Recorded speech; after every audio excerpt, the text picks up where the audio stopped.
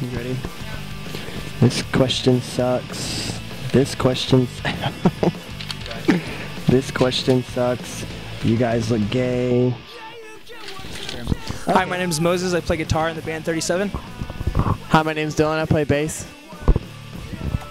Hi, my name's Brandon. I play drums. We're a band from Dallas, Texas that just signed to Blood and Ink Records. We signed at the Cornerstone Festival this year in 2010, and we are going to be hitting the road as much as possible the next few months while we write and record our next full length that we'll release with Blood and Ink Records. We have some questions that people have sent in for us today, and so we're going to read them off on these papers that we printed up.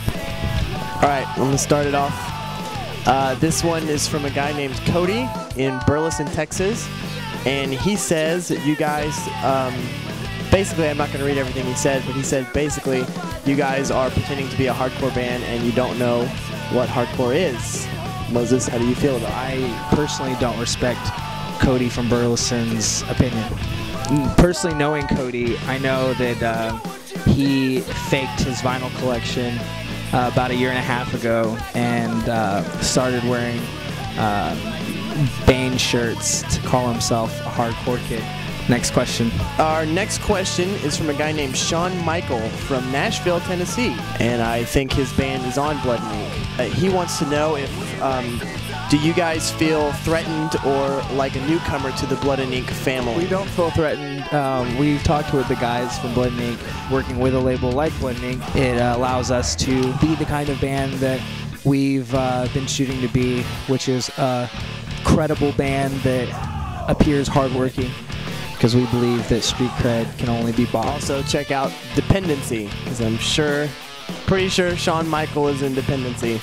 And we met them, the first day we met them at Cornerstone, they were mean. And then they started liking us, so check them out. The next one is from Shelby from Azle, Texas. And she wants to know why we stopped wearing V-necks. You see, the only real place to buy a V-neck is American Apparel. So I can't physically wear American Apparel anymore, and so that's why we stopped wearing V-necks. I didn't know that. That's not true. This girl's from Austin, Texas, and her name is Judy. She wants to know what is next for 37. Very vague question. Thank you for being interested, but no thank you for your question. All right, the next question that we got sent to us, it was actually the only question that we got sent to us on Zanga, the band Zanga page, is from Robert Houston, and he wants to know if we like or dislike it when kids run up on stage and grab the microphone and sing with us. Well, I'm going to turn the microphone over to Dylan for that question. Well, Robert, or your other name that I will not say, I like it when you grab Moses' mic, or when anybody grabs Moses' mic and leaves my mic alone. And I think Moses probably likes it when you guys take my microphone. So I would just get with us before the show and ask us, because you never know how you're feeling that day. This one's from Buddy from Canton, Texas. What gear do they practice on? Do they practice on the same gear that they play on, or do they borrow gear? I practice on my own drum sets, not anybody else's, because mine are better. And I have a DW kit and SJC custom kit. Use their own equipment when they feel like it, and if they want to use other people's equipment, then they do. If you're walking down the street and you saw an apple, you'd probably pick it up and eat it. Who's to say I wouldn't do the same, or Moses wouldn't do the same? So, buddy, I would just encourage you to share your apples. Our next question is from a guy named Alex in Burleson, Texas. Again, in Burleson. And he wants to know, can my band use your guys' gear for the show on July 30th? Well, Alex, sure, you can use our gear. I don't see why not. This next one is from Jessica from Tennessee, and she writes, I plan to work for the band Hanson in the next few months, and I would like to be prepared for what bands look for in helping promote. Yeah, you probably shouldn't be offering to work for guys in their mid-20s. It's just not going to come out well. So for your safety, don't work for Hanson. Bands like it when you bring them snacks or gummy worms. Bands like it when you move around at shows and don't just stand there like idiots. Bands also like it when people don't tell people to move around at shows, because sometimes some people don't want to move around, they just want to stand there, but they still like your band. Dallas from Canton, and Dallas writes, "Hey 37, how did you get signed?" That we knew what we were trying to do and didn't stop trying for a couple years, or a year. 1 year. Our next question is from Rissa from California, and she wants to know why Dylan cut his hair. And I'm not answering that.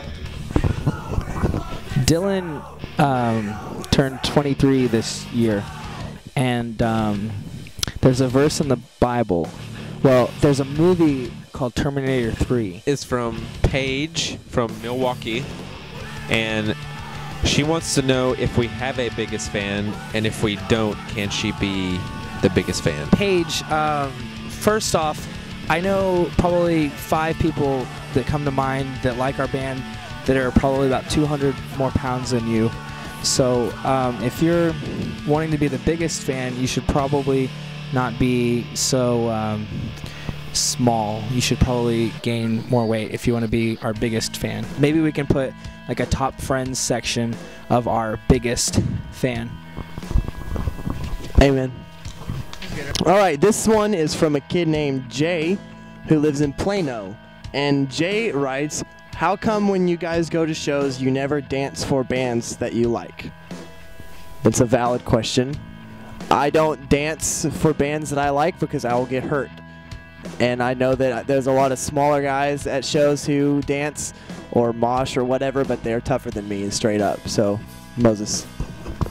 So if I danced at a show, it would be me being bigger than everybody, pushing them around and jumping on everyone, and not in like the cool hardcore way that kids do nowadays, in like the you know, pogo moshing way. That, and I don't believe that you know, spiritually anyone should, you know, it's like this movie Gone with the Wind. It had a cuss word in it that really hit home. And then after that I saw this movie called Chocolat, and that movie was fairly beautiful, but for the most part the best movie that I've ever saw was this TV show, Miami Vice, but only because it had an actor in it who was in this other movie, film that was shot overseas. And I believe foreign films are really where the money's at, but more importantly where the art is. And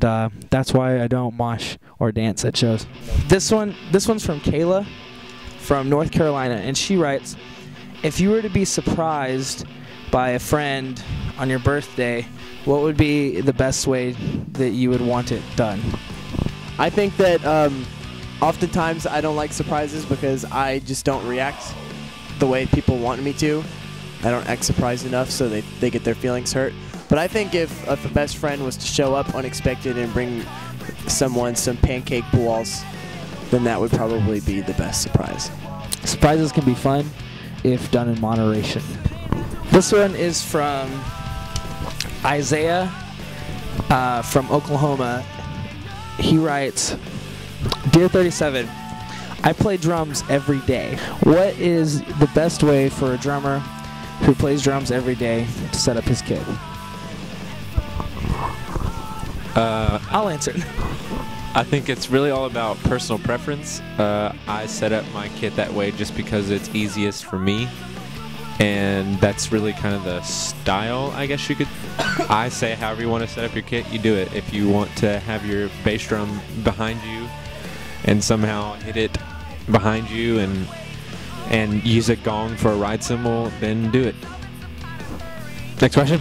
And thank you guys so much for checking us out online.